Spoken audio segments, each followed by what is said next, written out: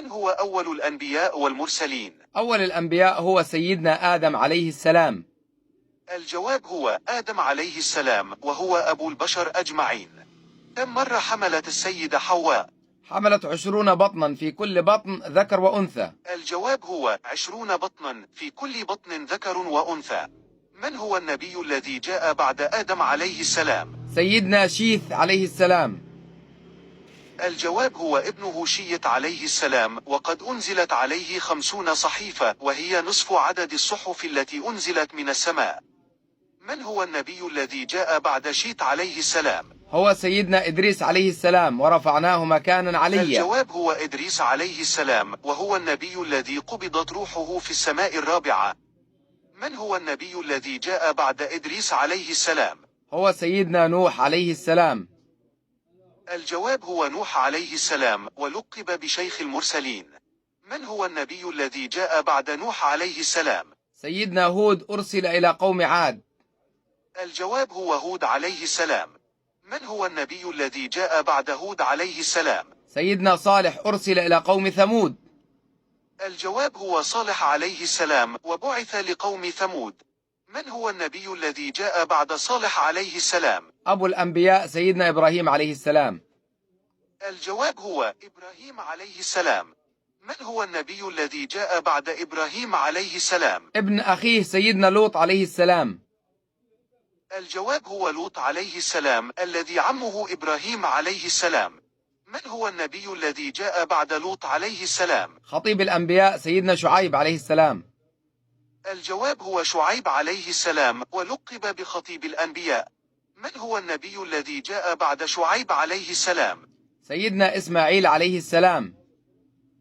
الجواب هو إسماعيل عليه السلام، وقد تعلم أكثر من 70 لغة. من هو النبي الذي جاء بعد إسماعيل عليه السلام؟ سيدنا إسحاق عليه السلام. الجواب هو إسحاق عليه السلام. من هو النبي الذي جاء بعد إسحاق عليه السلام؟ ابنه سيدنا يعقوب عليه السلام. الجواب هو يعقوب عليه السلام، الذي يسمى بإسرائيل. من هو النبي الذي جاء بعد يعقوب عليه السلام؟ سيدنا يوسف عليه السلام. الجواب هو يوسف عليه السلام. من هو النبي الذي جاء بعد يوسف عليه السلام؟ سيدنا أيوب عليه السلام. الجواب هو أيوب عليه السلام. من هو النبي الذي جاء بعد أيوب عليه السلام؟ سيدنا ذا الكفل عليه السلام. الجواب هو ذو الكفل عليه السلام. من هو النبي الذي جاء بعد ذو الكفل عليه السلام؟ سيدنا يونس بن متى عليه السلام. الجواب هو يونس عليه السلام. من هو النبي الذي جاء بعد يونس عليه السلام؟ سيدنا موسى وأخيه هارون عليهم السلام. الجواب هو موسى وأخوه هارون عليهما السلام. من هو النبي الذي جاء بعد موسى وهارون عليهما السلام؟ سيدنا يوشع بن نون عليه السلام.